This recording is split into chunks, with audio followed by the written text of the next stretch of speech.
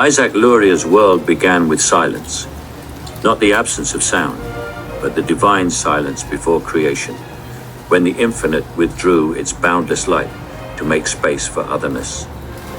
In that primal contraction called Tzimtzum, the cosmos inhaled its first breath of possibility, and all subsequent existence became the lung exhalation of that breath. To the mystic of Safed in the 16th century, this was not a metaphor, but the living pulse beneath every moment. When Luria taught his circle of disciples how to pray, how to breathe, how to see, he was showing them how to participate consciously in that rhythm of divine withdrawal and return. The mystic's task was not to flee the world, but to heal it, to gather the shattered sparks of holiness that had scattered through matter when the first vessels of creation broke under the strain of too much light. The Aries teachings were a cartography of that brokenness and a manual for repair, yet they were also a poem about the soul's intimacy with the infinite. The world was God's body fractured. The human heart was a lamp of repair. Each morning before dawn, the mystic rose, for the earliest light belonged to Chesed, divine loving kindness. And it was then that the world was softest, most receptive to intention. The narrow lanes of Safed were still blue with moonlight when he walked to the mikveh, the ritual bath that shimmered in the cool air. Immersion was not merely cleansing, it was an imitation of Tzimtzum. The body sank into the dark waters, surrendering form, merging into the formless. Then it rose again, reborn as a vessel for the day's light. Water was the first element of creation, and to the Kabbalist, it whispered of beginnings without end. Clothed and trembling from cold and reverence, he wrapped himself in the talit and bound the tefillin upon his arm and head, drawing the black straps across his skin like channels for divine energy. The morning prayers that followed were no mere recitation of ancient words, but an ascent through the four worlds. Asiya, Yetzirah, Bariah, and Atzilut. A ladder of consciousness reaching from the dust of the earth to the radiance of pure emanation. As he whispered the psalms of praise, he imagined the sparks in stones and leaves and wind rising upward, drawn by the magnetism of human prayer. When he came to the Shema, he felt the tension of duality. The Lord is one, collapse into a single field of awareness. Then, in the stillness of the Amida, standing before the infinite, he entered the secret interior of Luria's system, the meditative unifications, or Yichudim. In these, the divine names were not pronounced, but envisioned. Among them, the most radiant was the 72-letter name, the Shem Ayin Bet, a sequence derived from the verses of Exodus, where the sea parts and the Israelites walked between walls of water and fire. Each of the 72 triplets was a pulse of creative energy, a channel of the light that once streamed unobstructed through the worlds. To contemplate them was to feel that flow return, gentle and immense, coursing through the mind's silent alphabet.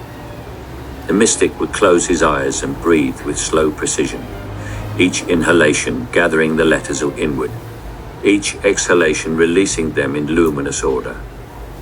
The letters did not form words. They formed relationships, vibrations, harmonies. He saw them as living geometries of consciousness, not as tools of command, but as patterns of reverence. In this meditation, angels appeared not as winged forms, but as sensations of awareness, currents of feeling that moved through the inner sky. The tradition called them Chayot, Seraphim, Ophanim, each a stratum of the divine will manifesting as movement, fire, or sound. Luria taught that these orders of angels were not external beings, but expressions of the soul's own faculties, aligned with the divine. When the mystic felt the surge of compassion, the fire of understanding, the quiet of surrender, he was not visited by angels, but remembering them within himself. In that remembrance, the human and the celestial met, and the inner worlds aligned with the outer. Prayer was the bridge between these dimensions, the act of stitching heaven back into earth. After the morning prayers, study began. The disciples of Luria would gather in a small room, its walls lined with manuscripts and candle soot, to read from Zohar or from Luria's own teachings, as transcribed by Rabbi Chaim Vital. Study too was an act of cosmic repair. Each word of Torah was a vessel, and understanding was the light that filled it. To read without intention was to handle fragile glass carelessly. To read with kavanah, focused devotion, was to mend the fractures of thought that had scattered through generations. The mystic read aloud softly, turning each phrase in his mind until meaning opened like a flower and released its perfume of insight. This learning was accompanied by humility, for Luria warned that knowledge without compassion was another form of shattering.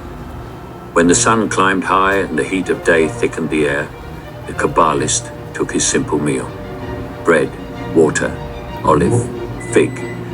Each morsel was an opportunity for tikkun.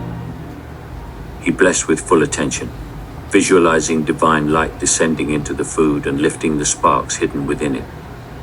Eating was not appetite but communion. Digestion was alchemy, transforming matter into consciousness. Even conversation was measured, for every word shaped the subtle architecture of worlds. After the meal came work, study, or acts of kindness, all of which were continuations of the same meditation, to reveal unity in multiplicity. As afternoon tilted toward evening, the shadows lengthened, and the mystic felt the shift from chesed to gevura, from expansion to contraction. The Mincha prayer marked this turning of the cosmic wheel. Here the kavanah centered on balance, sweetening judgment with mercy, harmonizing the red of severity with the white of grace. The light of day, now golden, symbolized Tiferet, beauty born from tension resolved. Angels of equilibrium hovered in thought, forces of patience, discernment, forgiveness. The mystic prayed not to escape the world's harshness, but to transform it, to transmute the metal of pain into the gold of understanding. Night descended. In the evening prayer, Arvid the mystic faced the contraction of light. Darkness, Luria taught, is not evil, but the hiding of presence, the womb from which new worlds are born. As he recited the Shema before sleep, he forgave all who had wronged him and released his own debts. The soul, loosening from the body, ascended to the realms it had contemplated by day, to be judged, purified, and restored. Sleep was rehearsal for death, but also preparation for rebirth. In dreams, the mystic continued his labor, gathering sparks that the waking mind could not reach. Each morning he would rise again from the sea of night, newly shaped, ready to begin the cycle once more. The week unfolded as an expanding spiral, each day a facet of the divine attributes known as Sephirot. Sunday corresponded to Chesed, the force of love and giving, and its meditations focused on generosity of heart.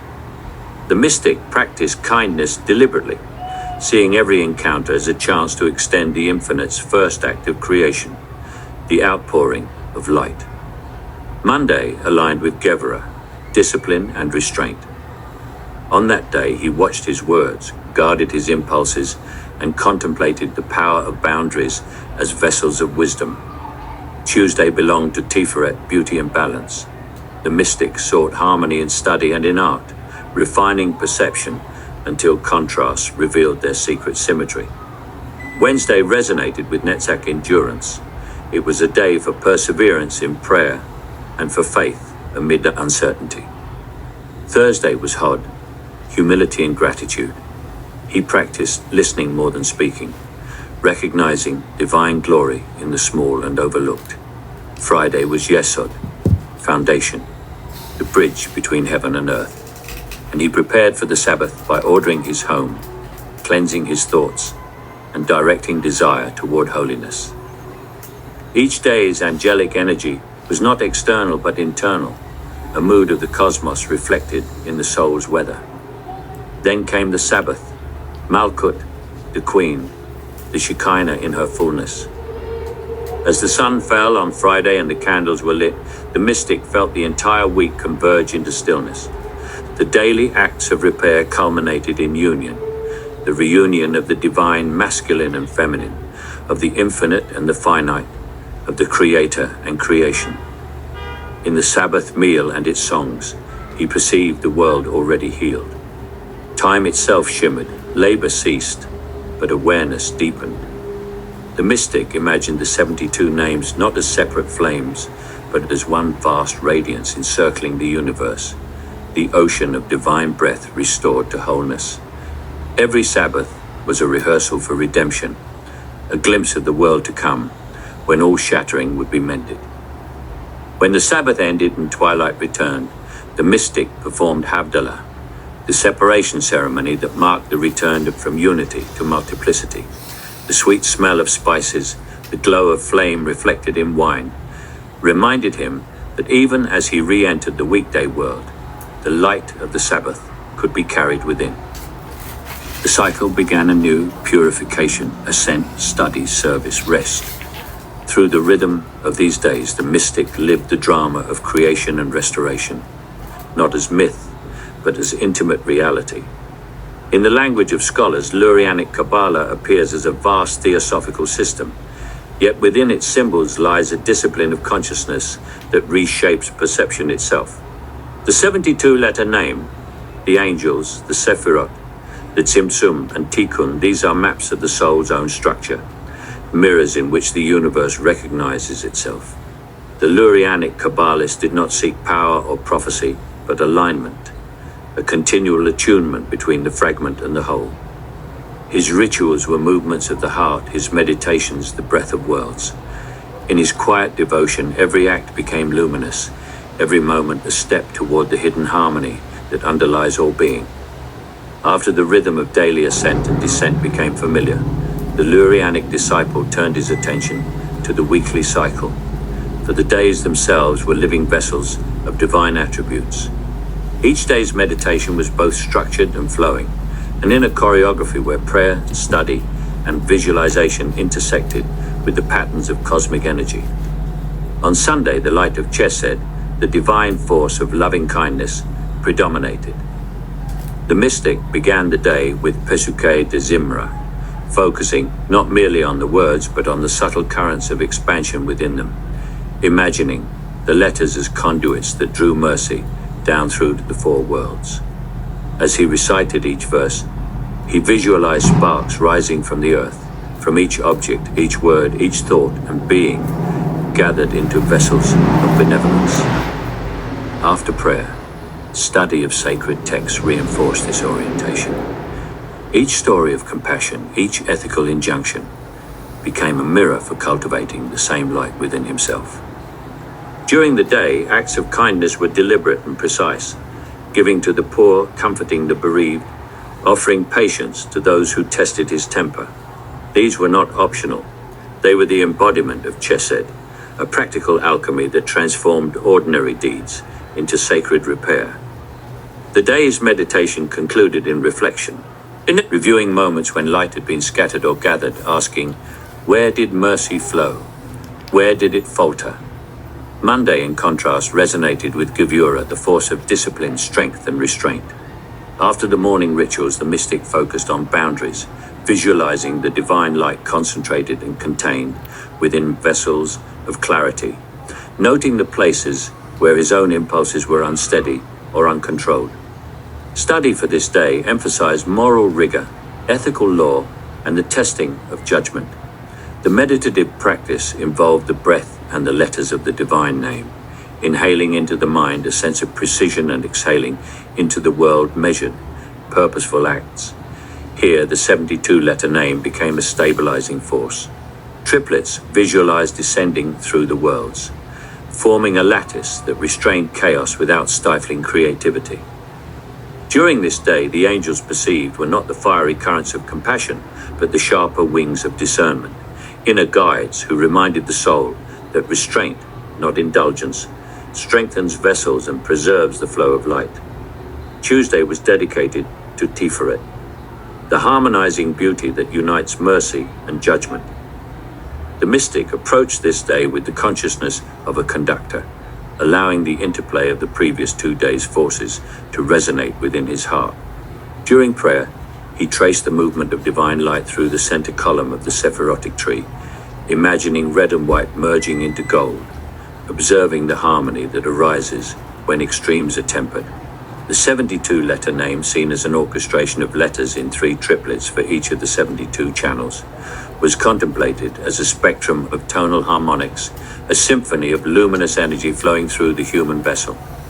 Actions on this day were devoted to balance, seeking reconciliation, mediating disputes, and cultivating beauty in speech, thought, and environment. Even mundane tasks, washing, cooking, walking, became exercises in alignment, attuning the body to the symmetry of divine intention. Angels on this day were the harmonics themselves, forces that resonated where the soul and the world needed integration, teaching the practitioner that beauty is the marriage of opposites and the invisible rhythm that sustains existence. Wednesday, under the domain of Netzach, endurance and eternity, required patience and persistence. The mystical practice emphasized repetition, the slow, deliberate tracing of letters and names in meditation, the sustained attention to prayer and ritual. Study on this day focused on texts describing the resilience of the soul and the persistence of the divine plan amid apparent chaos. Meditation involved visualizing the 72-letter name not as a static sequence but as flowing currents of light, tracing circuits through the 4 worlds, connecting vessels that had been broken, allowing them to withstand pressure without collapsing. Here the angelic currents were those of perseverance, the subtle wings of persistence that urged the soul onward even when the mind or body resisted. Small acts of devotion, continuing study beyond fatigue, performing kindness in moments of irritation, practicing truth when falsehood would have been easier, became exercises in strengthening inner vessels to carry light into the world. Thursday, devoted to Hod, humility and gratitude, turned the mystic inward, cultivating reverence for the subtleties of existence.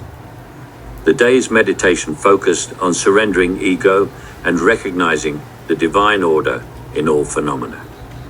Letters of the 72 name were traced in the imagination as cascading lights, folding in upon themselves in patterns of humility and recognition of the whole, reminding the practitioner that even the smallest act, unseen and unacknowledged, could carry immense repair.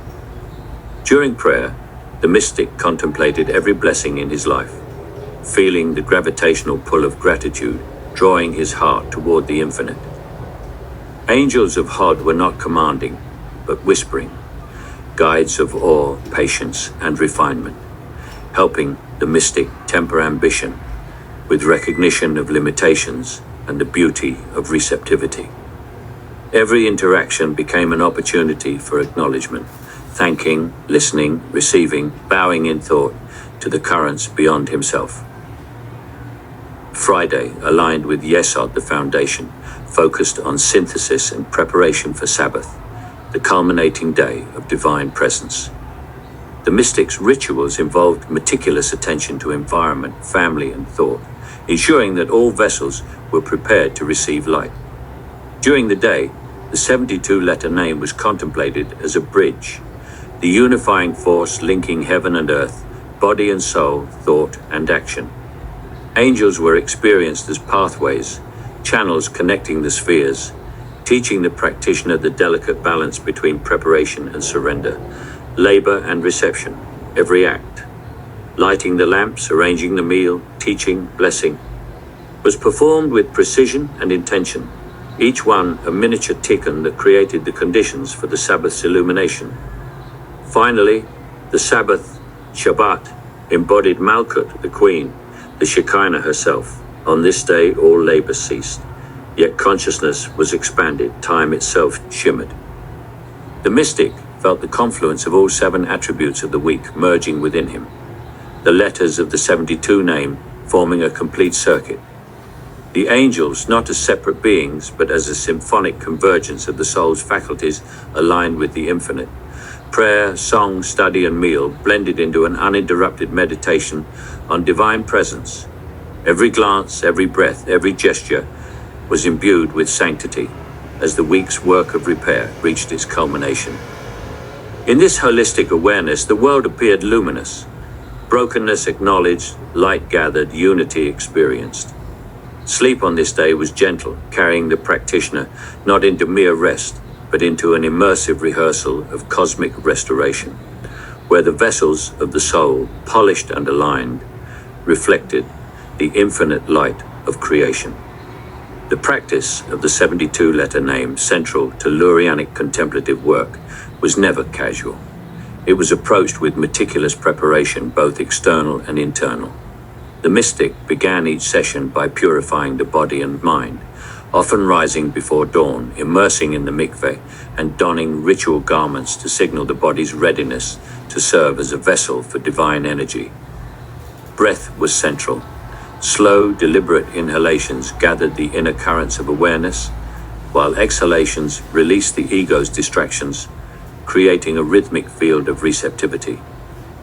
Each of the 72 triplets was visualized in turn, the letters imagined not as ink symbols, but as luminous structures of energy suspended in the mind's eye.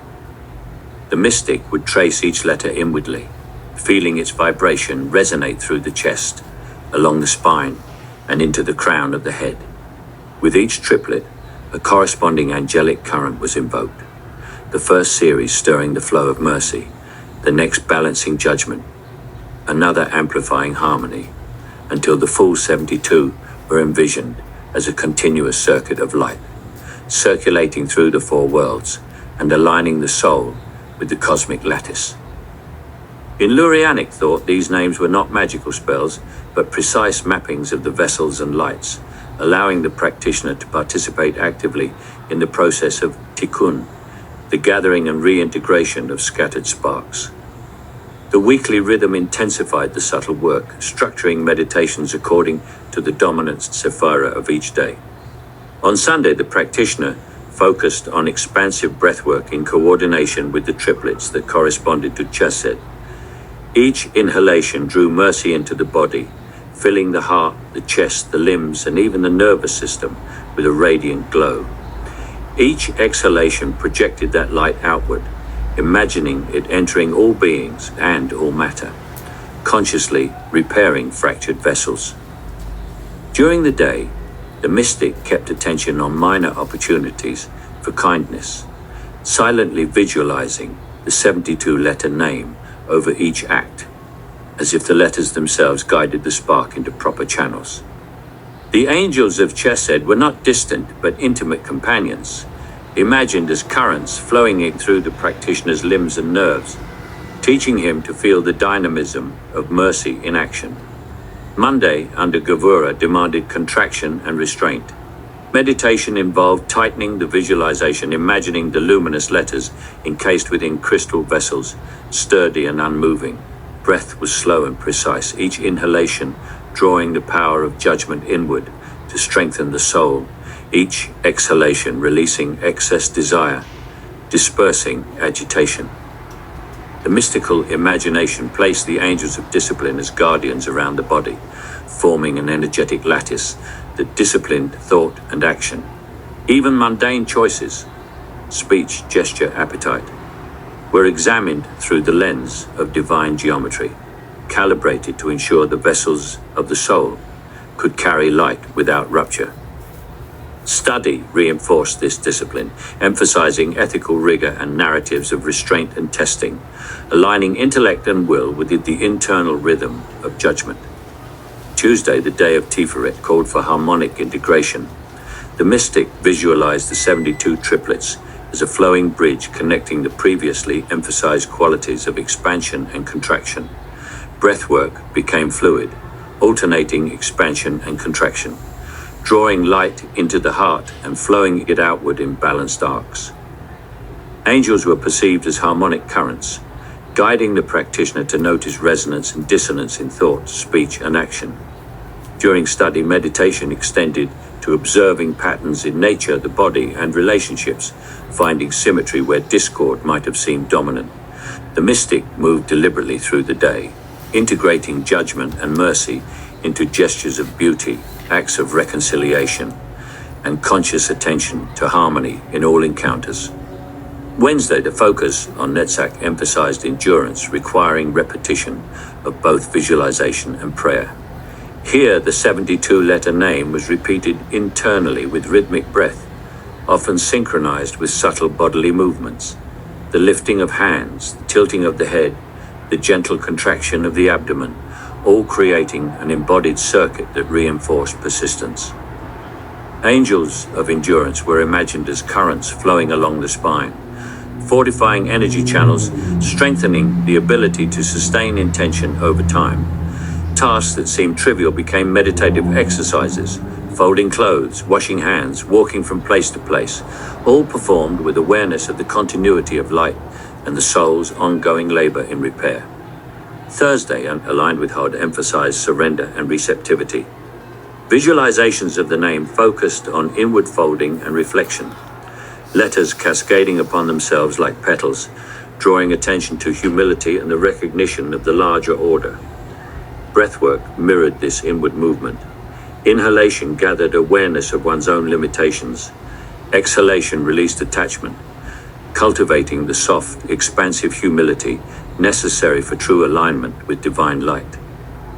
Angels were internalized as whispering presences, guiding perception and attention without force, encouraging gratitude for both visible and invisible phenomena. The practitioner's gestures and speech were tempered by this awareness, transforming even casual interactions into meditative practice.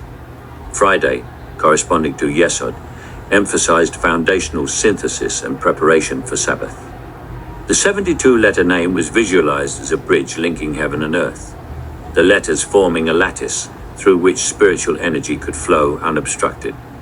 Breathwork alternated slow, deep inhalations and gentle exhalations, imagining the energy descending through the body and grounding in the feet, while rising to the heart and mind. Angels were perceived as guides stabilizing these circuits, ensuring the practitioner's vessel was intact and ready to receive the full influx of Sabbath illumination. Practical acts, arranging meals, cleaning, blessing family, were inseparable from meditation. Every gesture was infused with intention, as though the name itself guided the hands and heart. Finally, the Sabbath, Shabbat, synthesized the week's practices into one luminous meditation. The practitioner refrained from labor, but every perception, movement, and thought was imbued with the energy of the 72-letter name, imagined as a luminous ocean surrounding, permeating, and interpenetrating all forms. Angels were not visualized as discrete entities, but as the flowing currents of all the previous day's qualities harmonized: mercy, discipline, beauty, endurance, humility, foundation. Meals, study, song, and rest merged into a continuous meditative flow, a living embodiment of tikkun. Even sleep was an extension of practice, a time when the soul could gather scattered sparks and rehearse integration for the week ahead. The mystic's consciousness, immersed in these practices, came to perceive every particle of matter as a vessel of light, every action as an opportunity for repair, and every thought as a current in the ceaseless interplay of creation and restoration.